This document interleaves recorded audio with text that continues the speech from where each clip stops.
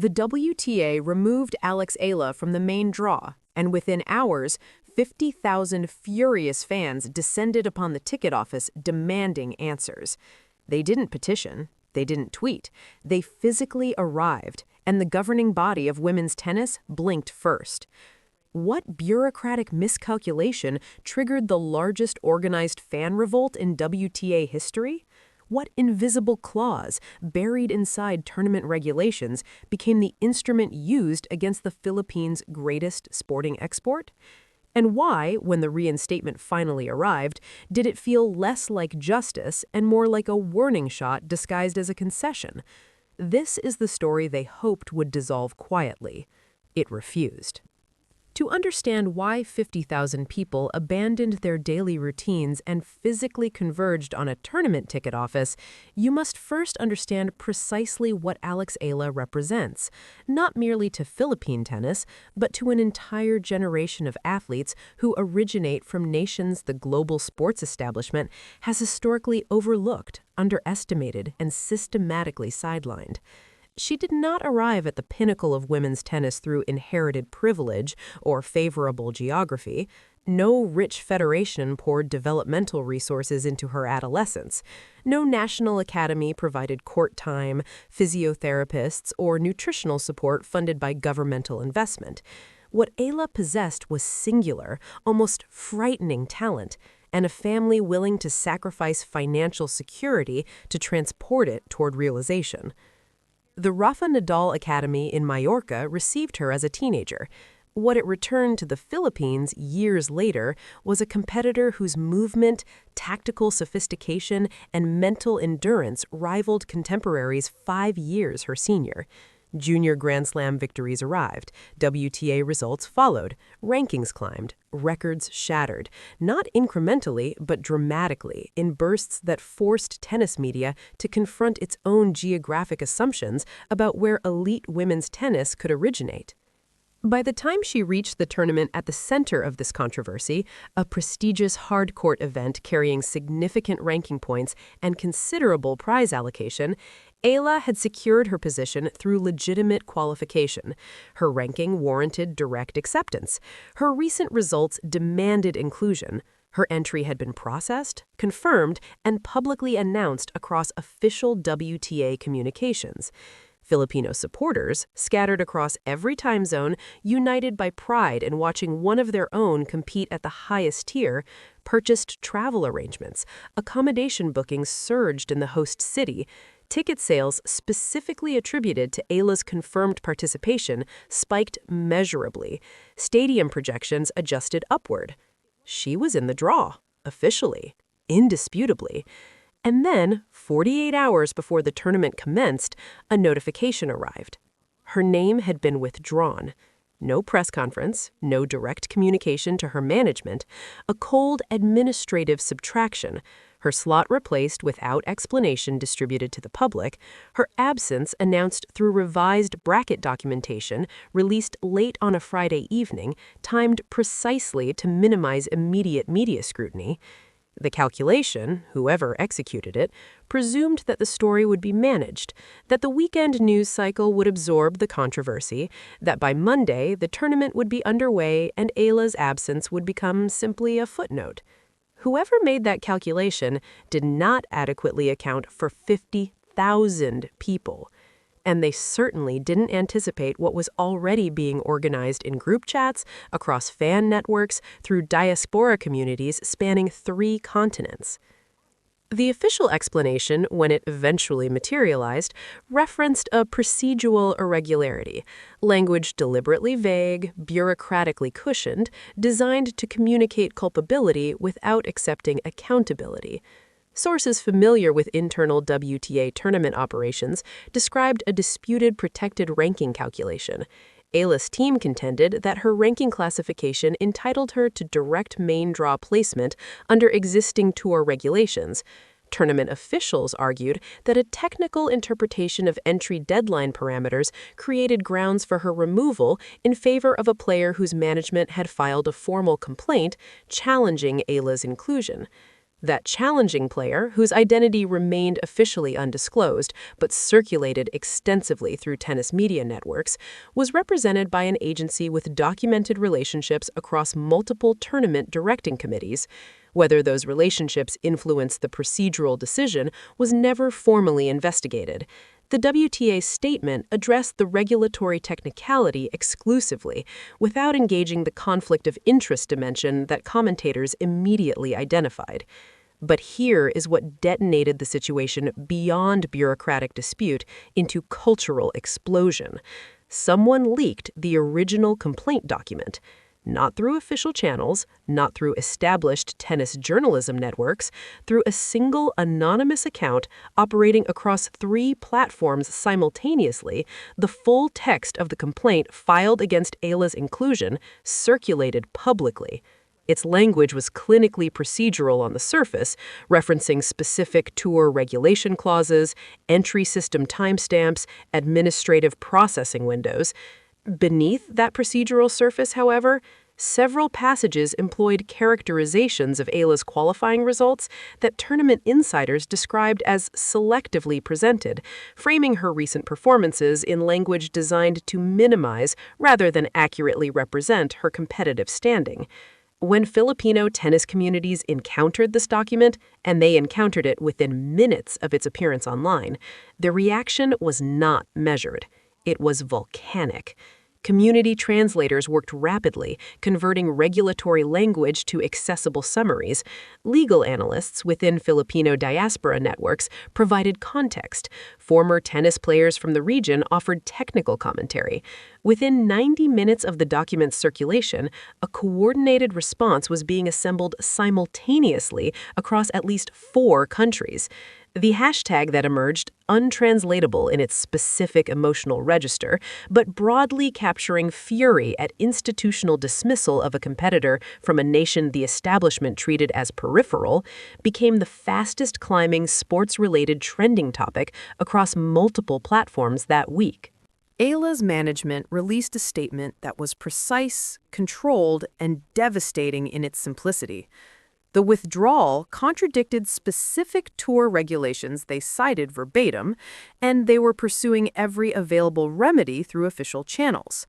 Official channels, however, move at institutional pace. 50,000 people decided not to wait. What happened next rewrote the definition of fan power in professional tennis, permanently. The coordination happened across encrypted messaging platforms, fan community servers, and diaspora networks with an organizational sophistication that stunned observers afterward. This was not a spontaneous mob. It was a structured, purposeful demonstration, complete with designated arrival windows designed to maintain sustained presence without creating grounds for crowd control intervention, designated spokespeople briefed on the specific regulatory arguments supporting Eala's reinstatement, and legal observers positioned to document every interaction between demonstrators and tournament officials. By 7 in the morning on the Saturday preceding the tournament's opening matches, the first contingent had assembled outside the tournament's public-facing ticket and administrative office. By 9, the gathering numbered several thousand. By noon, conservative independent estimates placed attendance between 45 and 52,000 individuals. They occupied every approach to the facility. They lined streets, they filled adjacent public spaces. They were silent in extraordinary, disciplined stretches, and then, collectively, periodically vocal in ways that made the building's glass facade physically vibrate. Inside, tournament officials faced a situation their crisis protocols had never anticipated. The WTA's governing structure distributes authority across international headquarters, regional offices, and individual tournament directors, a bureaucratic architecture that functions efficiently under normal circumstances and becomes paralytic under coordinated external pressure requiring rapid, unified response. Phone calls multiplied across time zones. Emergency consultations consumed hours. Legal teams examined the leaked complaint document alongside the tour regulations Eala's management had cited.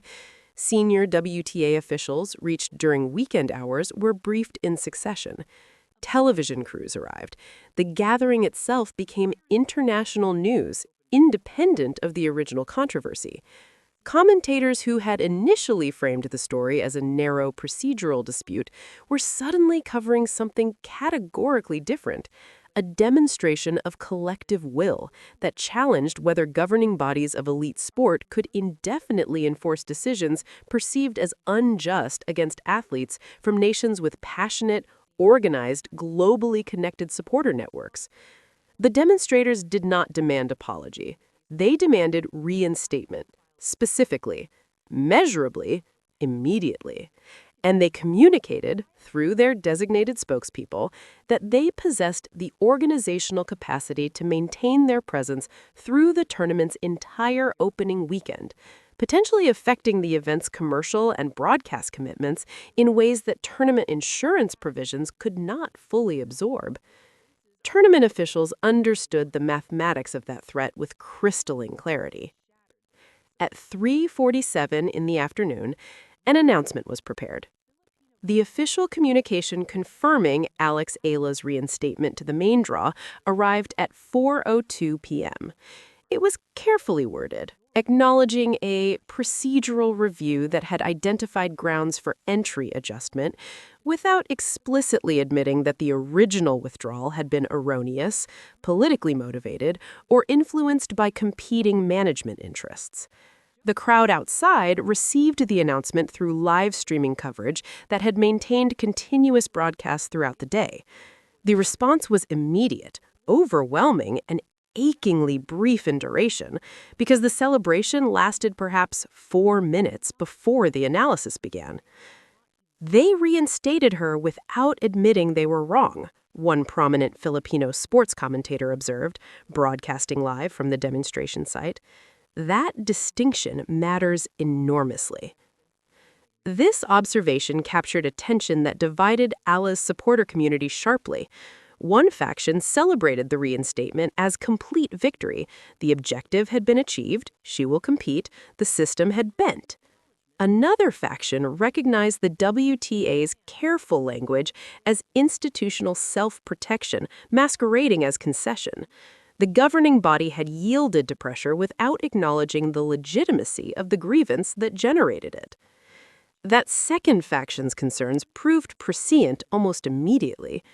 Within the tournament committee, sources described continuing internal disagreement about scheduling placement, specifically whether Eala's restored position would be assigned court time and match slots equivalent to those her ranking warranted, or subtly disadvantaged through administrative decisions invisible to the public but operationally significant to competitive preparation.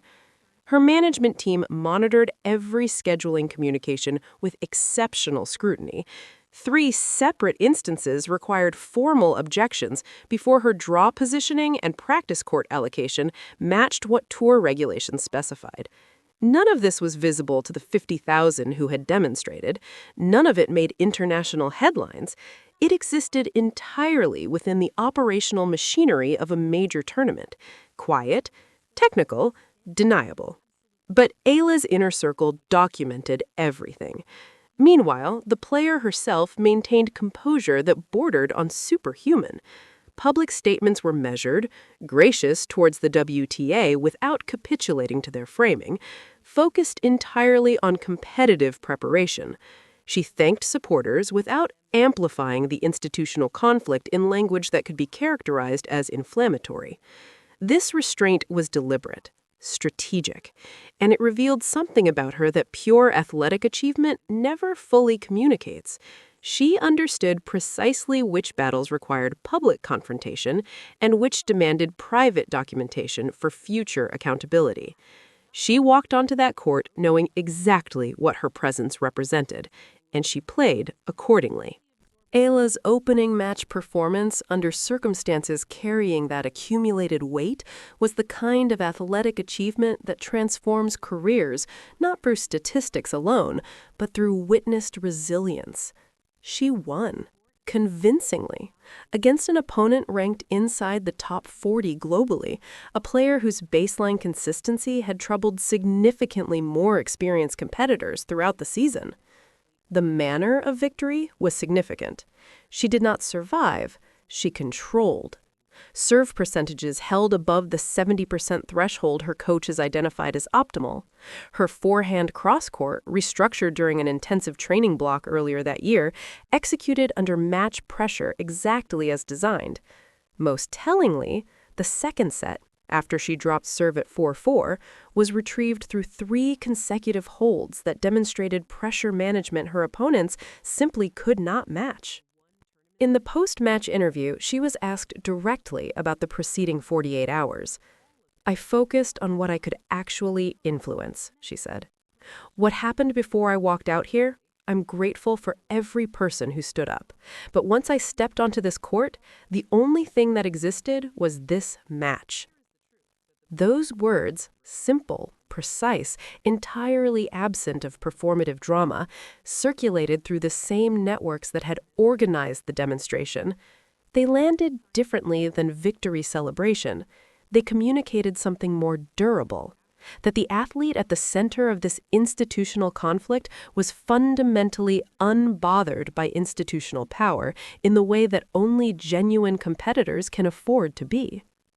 Because the court remains the one arena where governing body politics cannot follow you. What happens between the baseline and the net is sovereign, and she understood her sovereignty there absolutely. The tournament continued. She advanced. Results followed results. Rankings shifted accordingly. The WTA released a broad statement during the event's second week, referencing a comprehensive review of entry procedures, the institutional equivalent of acknowledging systemic issues while distributing accountability so widely that no specific party could be formally held responsible. Eala's management team noted the review announcement without comment. Their documentation remained filed. What endures from this episode, after the reinstatement, after the tournament, after the trending hashtags decelerated, is a structural transformation in how athlete advocacy operates within professional tennis. 50,000 organized individuals demonstrated that governing bodies possess less insulation from coordinated public pressure than their institutional architecture implies. The WTA's decision-making process, typically shielded behind procedural language and regulatory complexity, was made legible and therefore contestable through the combination of leaked documentation, rapid community analysis, and sustained physical presence. This is genuinely new. Not in the sense that athlete advocacy is novel. Generations of competitors have challenged institutional decisions through available mechanisms. New in the sense that the mechanisms themselves have fundamentally expanded. Digital organization compresses the time between grievance and mobilization from weeks to hours. Diaspora communities, geographically dispersed but digitally unified, can project presence in a single physical location with coordination speed that existing protest management frameworks were not designed to address. Eala did not organize the demonstration. She did not need to. The infrastructure of her support existed independently, built through years of competitive achievement, through the accumulated emotional investment of Filipino communities watching one of their own ascend towards spaces historically populated without them. But her conduct throughout the crisis, measured, documented, strategically restrained, demonstrated that she understood how institutional power actually functions and where its vulnerabilities genuinely reside. She gave the governing body nothing inflammatory to use against her. She pursued official remedies simultaneously with public attention.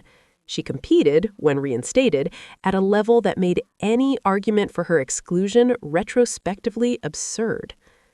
The broader question this episode deposits into professional tennis's ongoing conversation is simultaneously straightforward and genuinely unresolved. When governing bodies make decisions that appear procedurally valid but substantively unjust, what legitimate mechanisms exist for correction and who bears responsibility for ensuring those mechanisms function equitably regardless of which nation an athlete represents. The 50,000 who gathered outside that ticket office provided one answer.